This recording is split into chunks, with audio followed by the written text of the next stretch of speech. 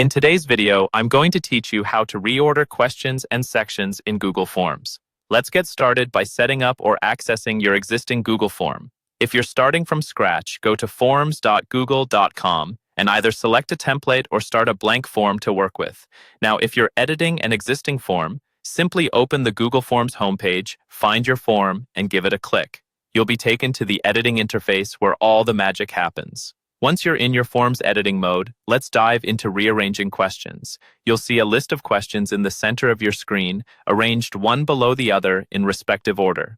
To rearrange a question, hover over it, and you'll notice a small 6-dot icon appear on the left side, indicating the draggable handle. Click and hold this icon and drag the question to your desired position.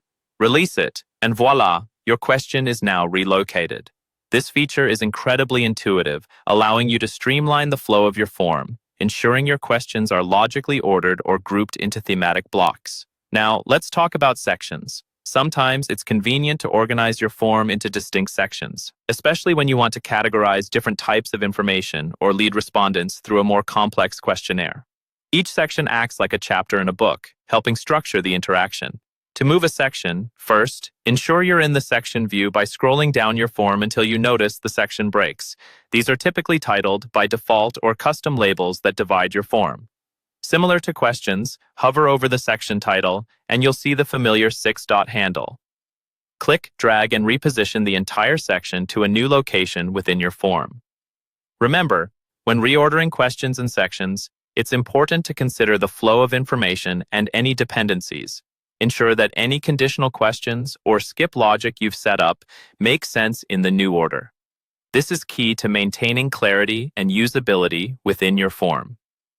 As a helpful tip, consider using the preview function by clicking on the eye icon near the top right corner of the form's interface.